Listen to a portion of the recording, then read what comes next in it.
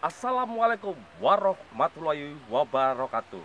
Shalom, Om Swastiastu, Namo Buddhaya, Rahayu, Rahayu, Rahayu, Sagung Dumadi.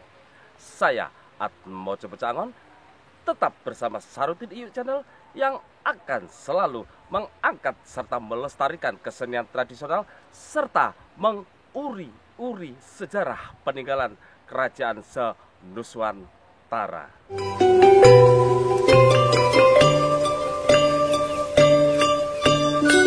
Berbicara tentang situs-situs peninggalan serta tempat-tempat yang dulu dijadikan oleh tokoh-tokoh kerajaan sebagai tempat khusus untuk berhening dan sebagainya, ada di Nusantara tercinta ini, dan oleh masyarakat setempat diberi nama atau disebut dengan petilasan. Sedangkan petilasan tersebut banyak macamnya, bisa berupa batu, bisa berupa sumber atau sedang, bahkan berupa makam, seperti yang ada di Dusun Kopen, Desa Ngerimbi. Di sini ada sebuah makam atau petilasan yang konon ada hubungannya dengan kerajaan, dan kerajaan tersebut adalah di era Majapahit.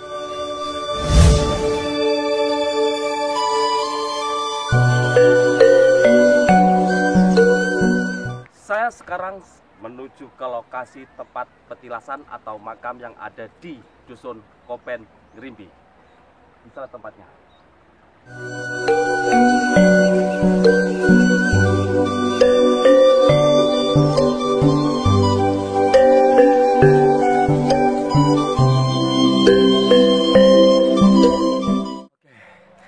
Di sini saya sudah tepat berada di luar makam atau petilasan. Di luarnya disambut dengan ringin kembar. Itu adalah pintu untuk masuk ke lokasi. Ya. Ya. Ini adalah lokasi makamnya atau petilasannya.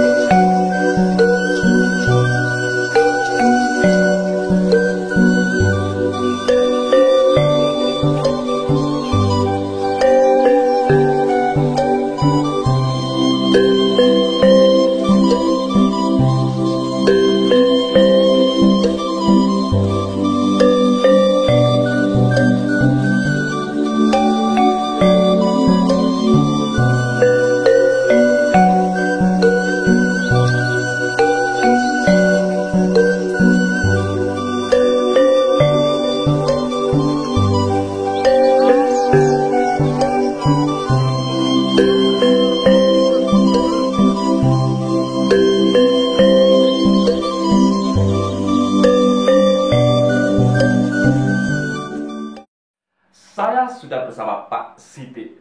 Beliau adalah mantan Kepala Desa Desa Ngrimbi 2 periode. Nah, saya akan mencari tahu tentang makam yang ada di Dusun Kopen, Desa Ngrimbi, Jombang. Pak Sidik sebagai mantan kepala desa yang ada di sini, cerita tentang itu makam atau apa dan makam siapa, Pak? Iya. Kalau cerita dari orang tua dulu, saya pernah diceritai yang namanya itu Mbah Giman. Bagaimana itu siapa, Pak? Yang ceritai saya, Oh, sudah nggak ada. saya kira makam tadi Mbah Iya. Giman. Jadi yang kasih Iya. dongeng jenengan Iya. itu Mbah Giman namanya. Itu bukan makam. Oh, bukan Tapi makam. petilasan. Istilahnya di situ itu cerita dari Mbah Giman. Iya. Dulu itu ada seorang putri tapi dari alam gaib, ya istilahnya macam jin lah, namanya Dewi Arimbi. Nah itu terpesona melihat mendengar kemaskurannya Raja Majapahit. Akhirnya dia itu mempunyai keinginan bagaimana supaya bisa beristri, walaupun bukan istrian tapi istri selir. Lantas dia itu bertapa. Dan bertapa, Iya. akhirnya dia bisa menyerupai manusia karena kecantikannya dia itu sowan ke entah apa ini istilahnya melamar kerjaan sebagai apa pokoknya di situlah Di kerajaan Majapahit iya, itu. sowan ke situ. Akhirnya sang raja itu tertarik dengan kecantikannya Si Dewi Arimbi. si Dewi Arimbi itu beristri. Kalau menurut yang siapa tadi sing kasih cerita? Bagiman. Bagiman itu kerajaan raja siapa, Pak? Nah ini saya kan sudah lama saya ini agak lupa kira-kira ceritanya itu sudah ada 35 tahun yang lalu. Jadi kira-kira raja pertama mungkin ya. Mungkin. Karena yang terkenal dan termasyhur itu adalah raja pertama itu, Pak. Iya. Raden Wijaya itu, Pak ya. Iya. Terus akhirnya di situ Raja Majapahit diberitahu oleh Brahmana kerajaan. Iya. Yang kamu beristri itu bukan manusia, nggak percaya, karena ya segala sesuatunya memang nyata. Kan gitu. Akhirnya diberitahu nanti kalau suatu saat dia itu pasti pamit bepergian. Itu disuruh ada yang mengikuti tapi secara diam-diam kan gitu. Setelah diikuti ternyata putri yang cantik tadi itu yang namanya Dewi Arimbi gitu hilang. Hilangnya di mana, Pak? Hilangnya daerah situ itu. Setelah hilang melapor bahwa yang mengekor atau si Putri tadi ya. Akhirnya dia itu kembali sendiri ke kerajaan, ditanya malu, sebetulnya nggak apa-apa tapi dia itu malu larinya ya ke situ ke tempat itu tadi, iya, tempat makam tadi. Lantas di situ hilang. Padahal sang raja ceritanya Bagiman nggak problem walaupun itu seorang jin, karena dia itu pribadinya itu baik. Ya cuma segitu saja yang cerita dari Anu. Jadi ketegasannya Bagiman itu bukan makam. Ya. Cuman itu dulu tempatnya si Dewi Arimbi untuk melarikan diri dan bertapa di situ, begitu Pak? Ya melarikan diri. Melarikan diri. Di situ hilang.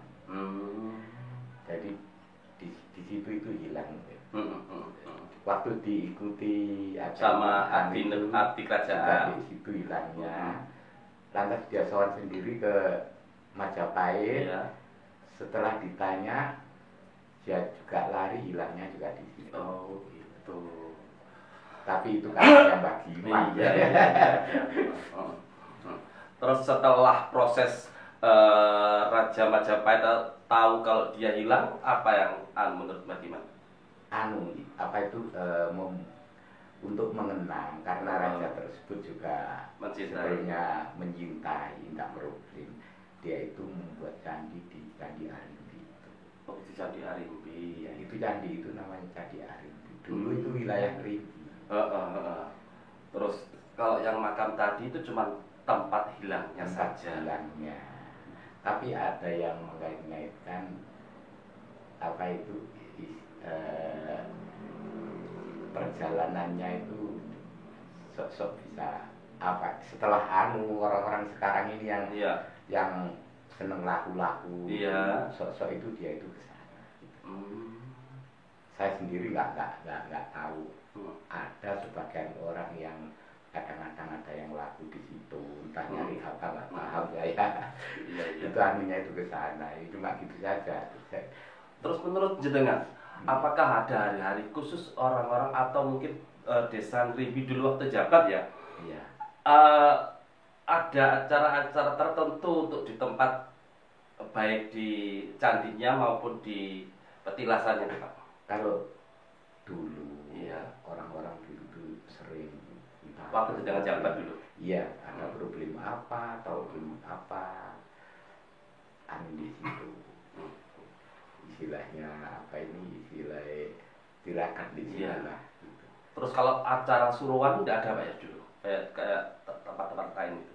Ada tapi tidak dianu di sini. Tidak berbeda lagi Pak ya. Iya, dianukan untuk umum ya. Kalau dulu itu surau itu yang di perempatan itu. Oh iya. Tadi jenengan dapat cerita dari Mbah Giman ya. Iya. Jenengan dapat cerita itu waktu jenengan usia berapa Pak? Saya kira-kira 26 tahun. 26, berarti kira-kira berapa tahun yang lalu Pak ya? 35 tahun yang lalu lah. Ya. Usia Mbah Giman sendiri waktu 35 tahun yang lalu berapa usia?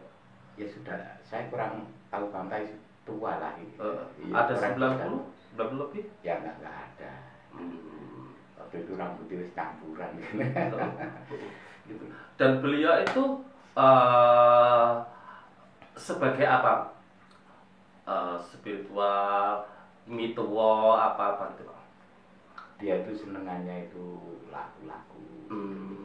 Sana ke sana. Waktu enggak kawin orang itu. Saya tidak punya keluarga. Tapi memang warga sini. Asalnya itu entah dari mana, saya kurang paham juga. Saya nggak tapi anunya itu di sini.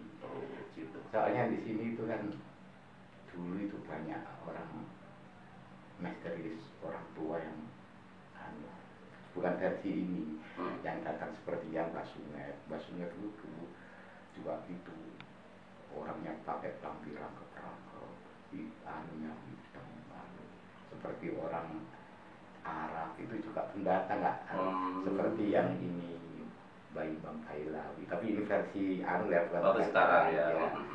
Itu juga gitu, orang berjalan nggak tahu akan gimana, akhirnya istilahnya boleh dikatakan dituakan. Gitu. Oke. Belanda kuno. Iya, gini, saya juga mendengar tentang makam Dewi Arimbi. Iya. Menurut versi orang lain itu Dewi Arimbi tadi kan ada 3 makam Pak ya. Iya. 3 makam. Benar nggak? Atau menurut jenengan? Tadi menurut jenengan, menurut cerita itu bang. Nah kalau ini tadi ada yang mengatakan bahwa ini Arimbi tapi masanya Mahabharata. Gitu. Ini ada beberapa versi Pak ya.